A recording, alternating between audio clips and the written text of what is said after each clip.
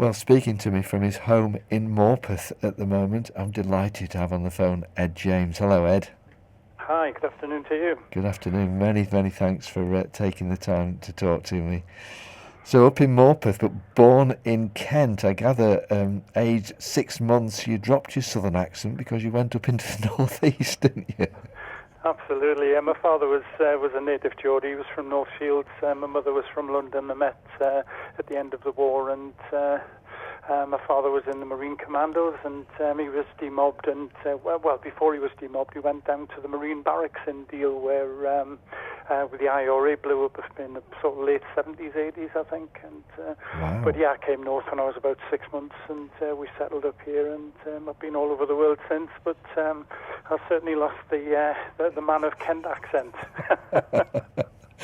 I was wondering if there was any hint of it during your 6 months down there, but obviously not then.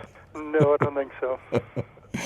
Well, you certainly got into music at a relatively early age, the guitar at the age of 10. You play a whole load of instruments now, don't you? Piano, wind, percussion, a whole range of them. Yeah, I mean, it's mainly sort of strings, guitars, bazookas, a little bit of fiddle and so on. And I wouldn't consider myself to be a pianist, but I write music on the piano because I find it so much easier. And obviously, I do play a little bit of piano, and I play the simple wind instruments, a descant recorder and the Irish pipe and one or two of those. But the really sexy, complicated ones like oboes and saxophones and things, I leave those to the experts. Indeed.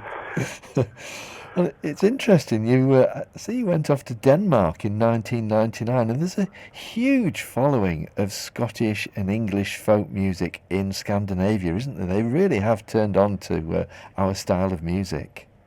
I have indeed, and I think it was actually the case then. I went across to, I was chief executive for Hansen Group for about 10 years, so I actually lived over there for about 5 years, and my life was pretty hectic. I went regularly, and they called me the singing suit because I was the boss of the local, the business. We employed about 800 people in and around ring curbing at that time.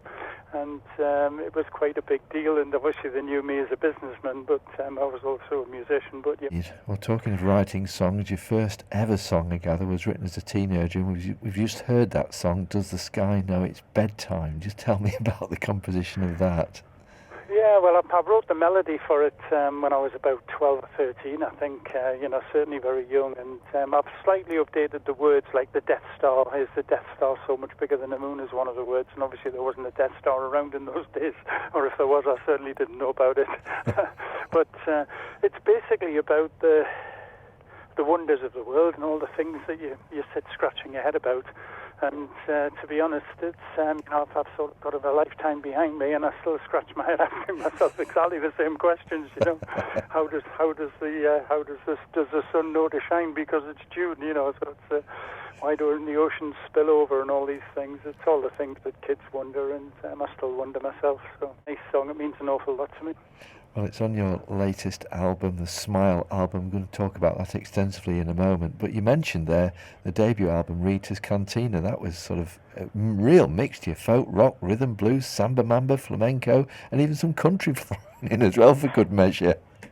That's right. You talk about looking for a captive audience.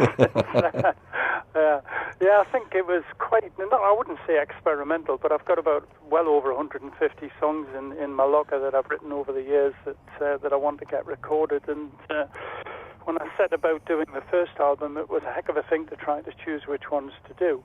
And it just came out that way. I thought I wanted to try and experiment with a few things. And I do, my style of guitar playing is sort of reminiscent of flamenco, although I'm not a Spanish guitarist.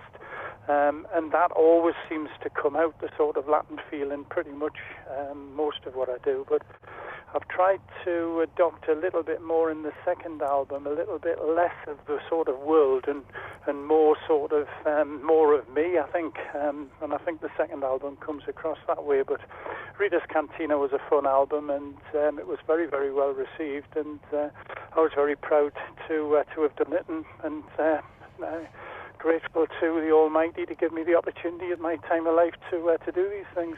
Well, this latest release really is a triumph, and I saw a comment from you, and I absolutely agree about life for a musician being tough, and middlemen and aggregators bring back the HMV shops. You said. It's quite frustrating, really.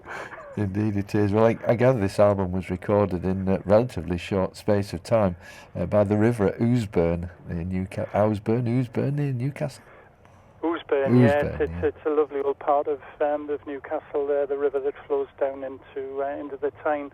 The Clooney Studios, lovely studio there, and the sound engineer there, Tony Davis, is a brilliant keyboard player, and we work very well together. And I normally use a couple of session musicians for the drums, for example. And I mean, I'll play bass myself, but if there's something specific that I want, I'll bring somebody in. But the rest of it was done pretty much with the two of us. Sure, well, there really are some splendid songs on there, and a whole myriad of expressions of love and loss and hope and joy. And you mentioned earlier about My Shooting Star, which of course appears on this album, and we're just going to hear that piece of music now.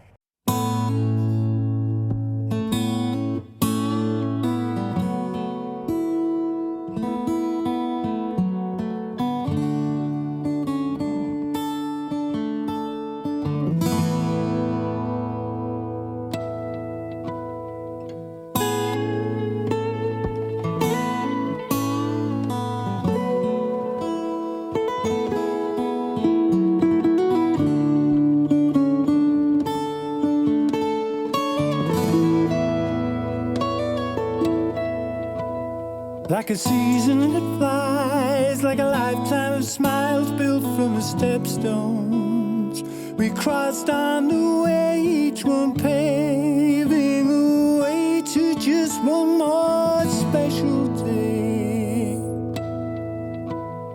Life has taken you on, you're here now, you're gone forever. I'll hold the journeys we planned, hold my hand, little star, as your gentle light fades.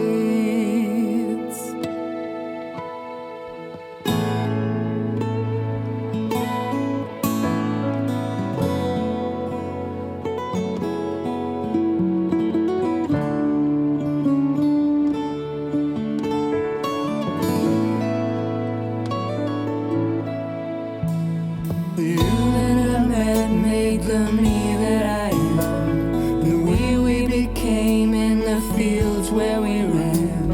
I breathed in new life, my wee ray of sunshine, and I thank you for being mine. When a shooting star lands and sea or sand, it leaves a bright trail that lights up the way. Oh, my bright shining star, oh, I lost you today.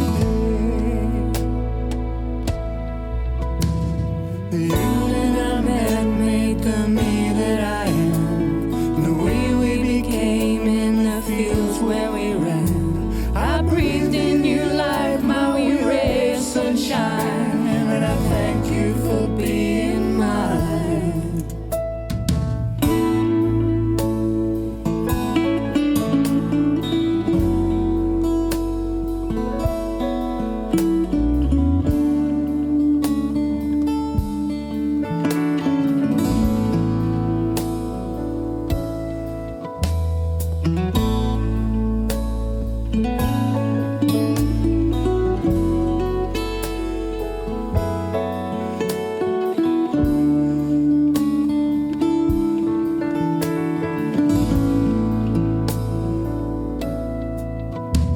Time has taken you on, you're here now, you're gone forever. I'll hold the journeys we planned, hold my hand, little star, as your gentle light fades.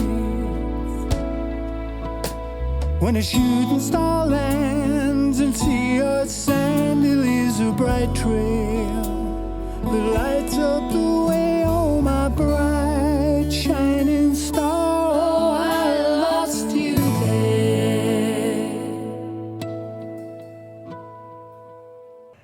Yeah, that really is a very touching story and a tremendous piece of music. You must be really pleased to have that on the album. I am indeed. Thank you very much. Yeah. So there's a lot of radio play of this album, and in fact, you don't do bad for radio play. It's quite gratifying that people want to listen to it. Splendid. And you started touring the UK in June. You went to Kent, York, Cullercoats and Whitley-Beer. And in August, 7th of August, at Tynemouth, and then coming to our part of the world. I'm delighted to say Carlton Lemoreland Hall in Lincoln on the 10th of August. It's actually the 17th now, yeah. Is it? It's been changed, yeah. And then off to Crossing the Tyne Festival in North Shields. Is that a fairly big event? It's massive, yeah. It's what I'm writing this. I've been writing a song today for the RNLI, Royal National Lifeboat Institute, and the Crossing the Tyne Festival is very much to raise awareness and cash for the RNLI. So I think there are about 22 participating venues in it, and there are musicians play about sort of between half an hour and 45 minute slots all day and all night from each of them over 2 or 3 days. So it's a massive event. So really looking forward to that. And I'll put the song. I did a video with some today. The song's called Deep Tight Wads, which is Geordie for put your hand in your pocket and put some money in the RNLI box. Way aye, man. Way aye, man. And it's written to the. It's a sort of mix between in Navy and YMCA by the village people, but of course we say RNLI instead of YMCA. And we all dressed up as village people and then sort of volunteer lifeboat people and danced around on the beach and took the video. So I'll make the video next couple of days and put that up on YouTube. So I'll send you the link if you're interested. How splendid. Well, we certainly will, and I'll let my listener know the link for sure. And we're really looking forward to the Carlton Lemoreland gig, because it's not a huge event. There's probably, 80, 90 people get there. But really enthusiastic folk audience, so you'll have a great time, and so will we, listening and watching you perform. Thank you very much. I mean, most of the gigs that I'm putting together are sort of community gigs, because playing in pubs these days isn't much fun. It's you end up with a volume 30% louder by the time you finish than it was when you started. Whereas the community gigs, as you say, it's a bit of a big deal when somebody comes to play, and they tend to come and listen, which is really what a musician wants. So that's the type of venue I like. Anything between about 50 and 150 people is a really, really nice audience. You can sing to them instead of at them, Sure. Well, we're going to hear another piece of music now from this fine album. This piece is called Cast Your Eyes. Before we hear that, just tell us how we can get hold of a copy of this fine album of yours, Smile. Well, it's available on iTunes and Google Play and 24/7 and Spotify and so on.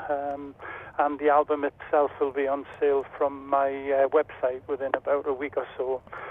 There's a link on the website to the various download sites that you can purchase it from. And of course, I'll have some hand copies when I come down to Carlton Lemoreland. Sure. So just tell me about Cast Your Eyes, would you, Ed? Yeah, it's a song with sort of Arabic flavours, I think, to the actual music itself. I play it on a bouzouki, Irish bouzouki, which is quite large. It's about the size of a guitar, and it's an octave lower than a normal bouzouki.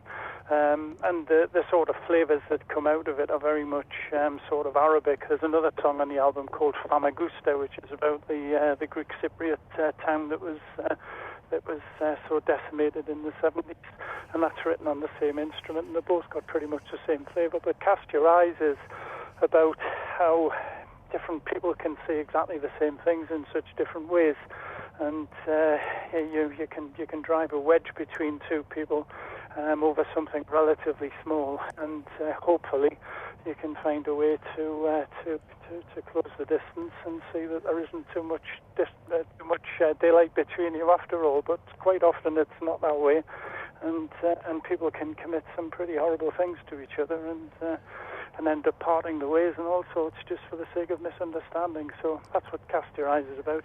Sure. Well, we'll hear that piece of music now, and very much look forward to seeing you at Carlton Le Moorland on the 17th of August. Ed James, many thanks indeed for talking to me. Thank you.